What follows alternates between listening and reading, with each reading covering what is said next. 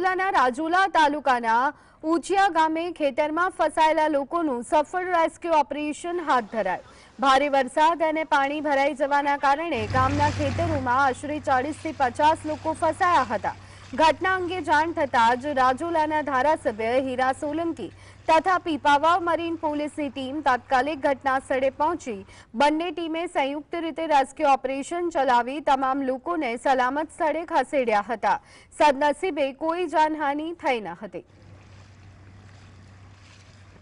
ઉચૈયા ગામ, ધારા નેસડી અને ભત્તાદર એ ત્રણ જગ્યામાંથી 50 થી 100 લોકો ફસાયા હતા, જેને તંત્ર દ્વારા પોલીસ અને ફાયર બ્રિગેડની મદદથી રેસ્ક્યુ કરવામાં આવ્યા છે અને આ લોકોને અત્યારે સ્કૂલોમાં રાખવામાં આવ્યા છે અને ફૂડ પેકેટ પણ વિતરણ કરવામાં આવી રહ્યા છે। સર, હજુ વરસાદી માહોલ છે, શું તૈયારીઓ છે? વરસાદી માહોલના લીધે બધી જગ્યા તંત્ર એલર્ટ છે। પોલીસ અને ફાયરની ટીમે રાજુલા તાલુકામાં સ્ટેશન છે અને અગર કોઈ પણ રેસ્ક્યુ કોલ આવશે